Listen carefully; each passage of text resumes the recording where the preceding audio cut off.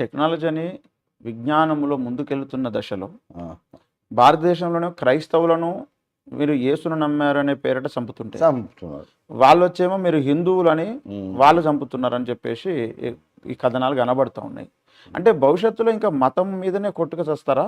అవును, అవును. ఇంకేమైనా మార్పు ఏమైనా వచ్చే అవకాశాలు కనబడవా? ఇప్పుడు ఈ మతము పేరు మీద కొట్టుకు చచ్చేదంతా ఎప్పుడు మానేస్తారంటే, అబద్ధ క్రీస్తు లేక అంతిమ క్రీస్తు విరోధి వన్ వరల్డ్ గవర్నమెంట్ నెలకొల్పినప్పుడు ఈ మత కొట్లాటలు ఉండవు.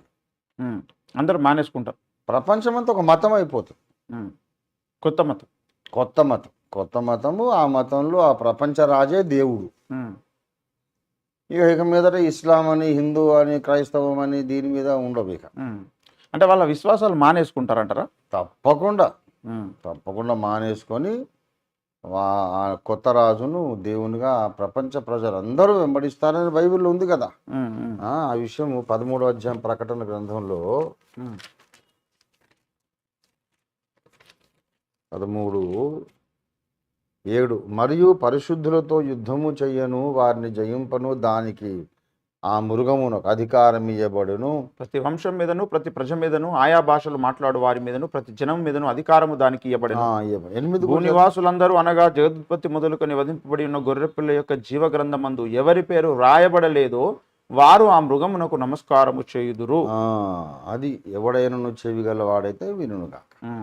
అంటే ఇప్పుడు జైనులు, సిక్కులు, అందరూ జైనులు, బౌద్ధులు, సిక్కులు, వీళ్ళు వాళ్ళిగా మతం పేరు ఎందుకు? ఎవరి పేరైతే గొర్రె పిల్ల యొక్క జీవ గ్రంథంలో రాయబడలేదు అంటే సత్క్రైస్తవులు, నిజమైన క్రైస్తవులు యథార్థవంతులైనటువంటి, నిజంగా నూతన జన్మనెత్తినటువంటి ద్విజులైన క్రైస్తవులు వాళ్ళు తప్ప క్రైస్తవులు కూడా, నామకార్థ క్రైస్తవులు కూడా రక్షణ పొందకుండానే ఊరికనే పండగ క్రైస్తవ్యం నడిపించిన వాళ్ళు వీళ్ళు కూడా పోయి మొక్కుతారు. అన్ని ఆరాధనా స్థలాలన్నీ కూడా ఆ ప్రపంచ రాజు యొక్క పూజా మందిరాలు అయిపోతాయి. క్రైస్తవులు కూడా ఏమన్నా యేసయ్య వస్తాడు అనుకున్నామరా, వచ్చేసాడు ఆల్రెడీ ఈయననే అని చెప్పుకుంటారు అన్నమాట.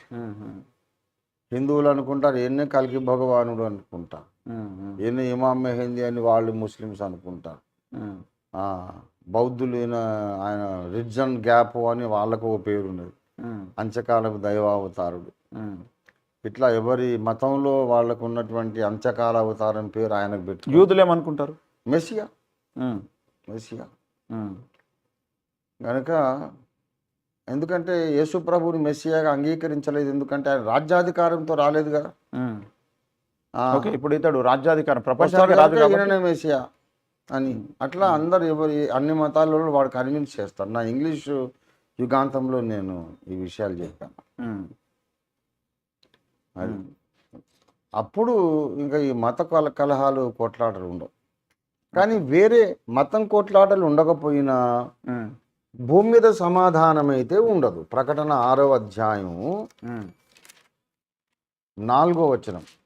అప్పుడు ఎర్రనిదైన వేరొక గుర్రము బయలు వెళ్ళెను, మనుషులు ఒకరిని ఒకడు చంపుకొనున్నట్లు భూలోకములో సమాధానము లేకుండా చేయుటకు ఈ గుర్రము మీద కూర్చున్న వానికి అధికారం ఇవ్వబడదు. మనుషులు ఒకరినొకరు చంపుకుంటారు ఊరికనే, అసలు వితౌట్ ఎనీ రీజన్, సిల్లీ రీజన్స్తో, చిరాకేసి అసహనంతో, కొంచెం మాట తేడా రాగానే కొంచెం క్షణిక ఆవేశం అంటారు కదా సార్, అట్లా మనుషుల మనస్తత్వాలు మారిపోతాయి.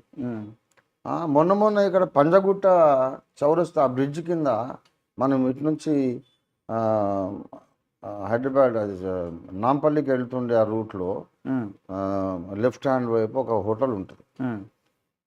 ఎవరో కస్టమర్ వచ్చి కూర్చున్నాడట, అతను ఏదో బిర్యానీ తిన్నాడు. అతను ఏదో బిర్యానీ బాగోలేదన్నాడు, లేకుంటే తక్కువ ఇచ్చారని ఏదో అన్నాడట. ఆ హోటల్ స్టాఫ్ వారితో గొడవ పెట్టుకొని మాట పెరిగింది. వాళ్ళు నలుగురు ఒకడయి ఇతను కస్టమర్ ఒకడు గట్టిగా కొట్టారు, చచ్చిపోయాడు. ఇది చాలామందికి అందరికి తెలిసిన విషయం, న్యూస్ పేపర్లో కూడా వచ్చింది. అంటే అసలు వాడు బిర్యానీ తిందామని పోతే ప్రాణాలే పోయి.